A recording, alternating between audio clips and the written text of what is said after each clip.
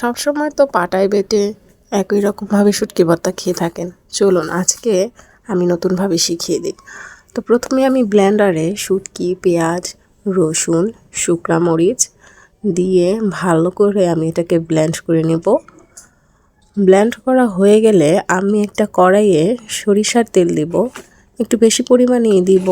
তার মধ্যে আমি ব্লেন্ড করা পেস্টটাকে দিয়ে দিব। এখন এটাকে আমি একটু নেড়ে তার মধ্যে আর একটু শুকনো মরিচের গুঁড়া আর পরিমাণ মতো লবণ দিয়ে দিব। আমরা একটু ঝাল খেতে পছন্দ করি, তাই আমি একটু ঝালটা বাড়িয়ে দিলাম। যে যেরকম পছন্দ করে সে সেরকম করে নিতে পারে। তো এখন আমি এই তেলের মধ্যেই মশলাটাকে ভালো মতো ভেজে নেব অনেকটা সময় নিয়ে। যখন এই মশলাটা ভাজা হয়ে যাবে, পেঁয়াজের পানিটা শুকিয়ে যাবে, তেল বের হয়ে আসবে, তখনই আমার শুটকির ভর্তাটা তৈরি হয়ে যাবে। তো এটাকে আমরা বলি বাগার দেওয়া শুটকি ভর্তা। আপনারা কিভাবে বলেন জানি না। দেখুন তো কেমন হয়েছে। ভালো লাগলে পাশে থাকবেন। Thank you.